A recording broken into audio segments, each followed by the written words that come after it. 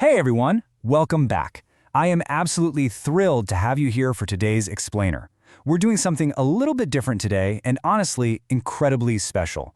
We are going to unpack a beautiful, profound piece of 17th century spiritual text from the Sikh tradition, specifically from Sri Guru Granth Sahib Ji, page 702. We'll be looking at a Hukamnama, which translates to a divine command or daily spiritual guidance, and decoding what it actually means for our very fast, very demanding modern lives. Get ready, because the wisdom packed into these few short lines is going to completely shift the way you look at your daily routine. But first, I gotta ask you a really quick question. Are you just exhausted by the endless hustle? The back-to-back meetings, the overflowing inbox, the relentless pressure to constantly achieve, upgrade, and perform.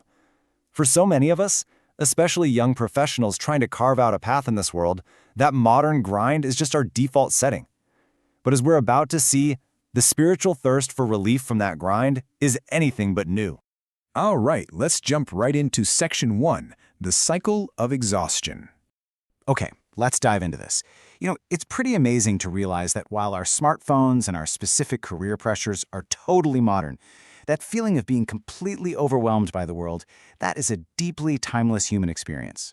This scripture opens with a literal plea that just cuts right through the centuries. It says, "After wandering through so many incarnations, I've come to your sanctuary. Save me, lift my body up out of the deep, dark pit of the world, and attach me to your feet."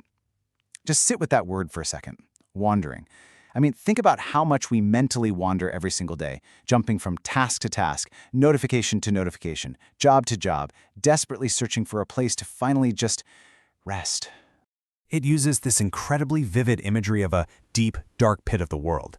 And spiritually, sure, this is about the cycle of life and separation from the divine, but translating that to our daily, relatable experience right now, that deep, dark pit is the modern burnout we feel from endless tasks and just crushing societal expectations. It's literally that feeling at 3 p.m. on a Tuesday where your battery is at 0%, yet the world is still demanding you operate at maximum capacity. We have all been in that pit, right? Which brings us to Section 2, embracing true humility. So how exactly do we get out? Well, the text offers a fascinating, honestly kind of counterintuitive first step. The author of this verse, the fifth Mehl, writes, "I do not know anything about spiritual wisdom, meditation, or karma, and my way of life is not clean and pure." Wow, this is profound. Here is this revered spiritual text, and the speaker is just laying down all their armor. Zero ego. It's a statement of absolute vulnerability, deep self-awareness, and true spiritual humility. They're basically saying, hey, I don't have all the answers, and I am definitely not perfect. Now, what's really interesting here is how this speaks directly to our modern imposter syndrome. We spend so much energy, don't we, curating this perfect image at work, on social media, even with our own friends. We're always pretending we've got our lives perfectly balanced. But this text, it shows us the radical relief of just admitting we don't have it all figured out. It tells us that dropping the mask and admitting our shortcomings isn't a weakness at all. Actually, it's the absolute prerequisite for getting help and finding real peace. Moving on to Section 3, the power of community. So once we've dropped that mask and admitted we need a helping hand to get out of that pit, where do we actually turn? Because the ultimate truth is, we were never meant to figure out all of life's complexities in isolation. And the text introduces a beautiful concept here. It's called the Saadh Sangat, which translates to the company of the holy. For our modern application today, think of this as a grounding, incredibly positive community that actively supports your inner journey. In a world where we are, hyper-connected digitally, but often deeply lonely physically and emotionally, the text reminds us that who we surround ourselves with is quite literally a matter of spiritual survival. Look at how the verse continues. "Please attach me to the hem of the robe of the Saadh Sangat, the company of the holy. Help me to cross over the terrible river." I just love this visual. That terrible river, that's our modern anxiety. It's the overwhelming rush of life's demands just threatening to sweep us away entirely. The scripture's basically saying that grabbing onto a good, grounded community is like grabbing onto a literal lifeline when the current gets way too strong. And we can actually break this timeless wisdom down into a super actionable framework for today. Step 1. Intentionally seek out uplifting, grounded people who care about your inner well-being, not just your job title or your status. Step 2. Actually ask for support when you feel overwhelmed. Remember that humility we just talked about? And step 3. Cross the river together. Seriously, don't try to swim against the current of modern stress entirely on your own. Lean on your community. All right, that takes us to Section 4, Rethinking Success and Wealth. Okay, so we have our community, and we are crossing the river together. But what exactly are we swimming toward? The text asks us to radically rethink our definitions of success and wealth, and this brilliantly illustrates it through the concept of Maya. Now, in this spiritual context, Maya refers to the illusions of the material world. It is that endless, ultimately unfulfilling pursuit of wealth, status, and material gain. If you want a modern translation of Maya, it's the rat race, right? It's that promotion you swore would finally make you happy, only to find you're just as stressed, just with a fancier job title. It's the illusion that acquiring more is somehow going to fill that emptiness inside. The Hukamnama offers a really direct, unquestionable warning about this. It says, comforts, riches, and the sweet pleasures of Maya, do not implant these within your mind.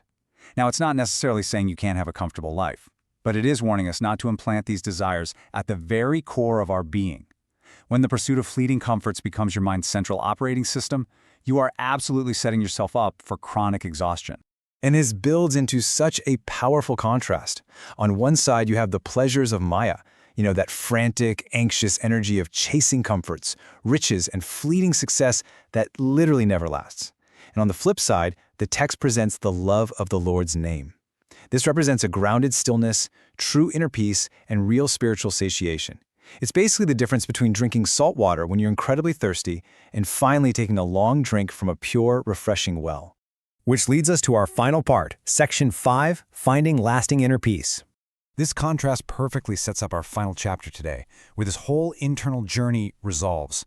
We're moving from that initial dark pit of burnout to this place of beautiful, calm clarity. The Hukamnama concludes with these incredibly soothing lines. Slave Nanak is satisfied and satiated by the blessed vision of the Lord's Darshan. His only ornamentation is the love of the Lord's name.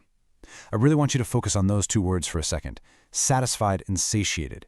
In a modern culture that constantly screams at us that we need more, finding a spiritual state where you are completely satisfied and satiated exactly as you are, that is the ultimate antidote to burnout.